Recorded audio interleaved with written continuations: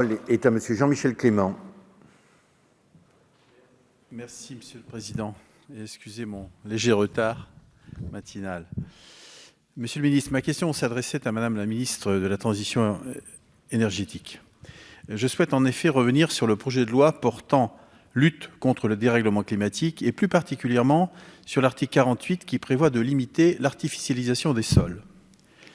S'il est vrai que notre pays a mis du temps à prendre conscience que la consommation d'espace devait aussi participer d'une réflexion collective et responsable pour en limiter les excès, l'adoption de cet article ne manque pas d'inquiéter les collectivités locales. Celles-ci sont déjà confrontées à de fortes restrictions en termes d'étalement urbain lors de l'élaboration de leur PLU ou de leur PLUI. Et se voient même privées parfois de toute possibilité d'ajout de nouvelles constructions, tel un modeste garage sur une parcelle pourtant construite. Dans ce contexte, l'objectif d'aboutir à une absence de toute artificialisation nette des sols sonne pour elles comme la fin de toute expansion, les condamnant ainsi à l'agonie. Plus de nouveaux habitants, plus de jeunesse, plus d'enfants, plus d'écoles, voilà ce qui menace les communes et le monde rural.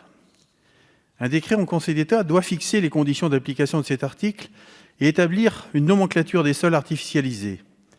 Mais les collectivités locales, dont les PLU sont en cours de révision ou dont de futures modifications sont envisagées, sont très légitimement préoccupées.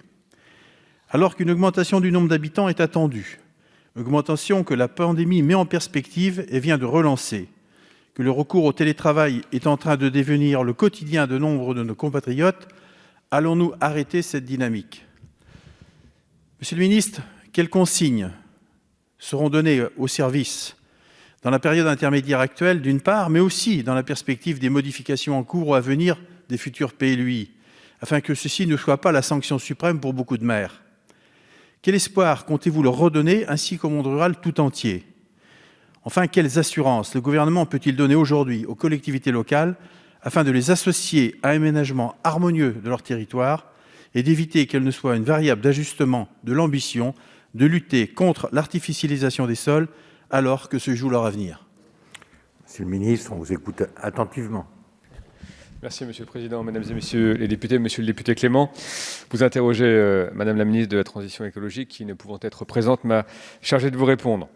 Le projet de loi climat et résilience fixe un objectif quantifié ambitieux, celui d'atteindre l'objectif de zéro artificialisation nette à 2050. Pour cela, le texte de loi prévoit un objectif intermédiaire de division par 2 au rythme de consommation des espaces naturels, agricoles et forestiers sur une première tranche de 10 années par rapport aux 10 années antérieures. Avec ce projet de loi, nous repensons donc nos modes d'urbanisation. Nous voulons recréer des formes urbaines plus denses en permettant à nos concitoyens l'accès à des services et à des commerces de proximité, apportant davantage d'urbanité, de lien social, tout en conservant une qualité de vie et des espaces verts. Comme vous l'évoquez, nous devons aussi encourager la valorisation et la reconversion d'espaces pour l'agriculture dans le cadre de projets alimentaires territoriaux.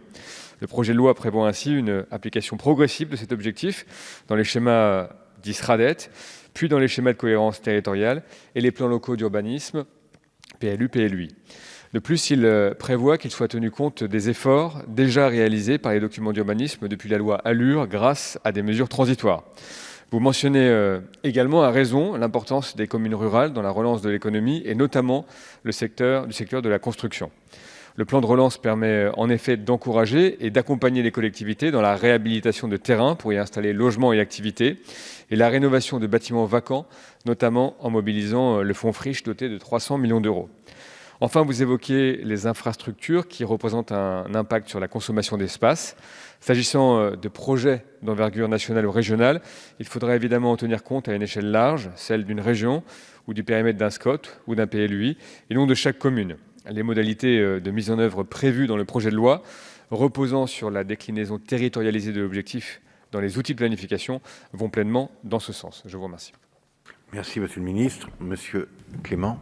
Oui, Monsieur le ministre, je vous entends bien et on a bien compris la volonté de maîtriser l'artificialisation des sols. Mais au-delà de cette préoccupation, je l'ai dit, il y a quand même un sentiment quelque part d'inquiétude parce que l'étalement urbain, qu'on le maîtrise aujourd'hui mieux qu'on ne le faisait hier, c'est une nécessité, tout le monde en est convaincu.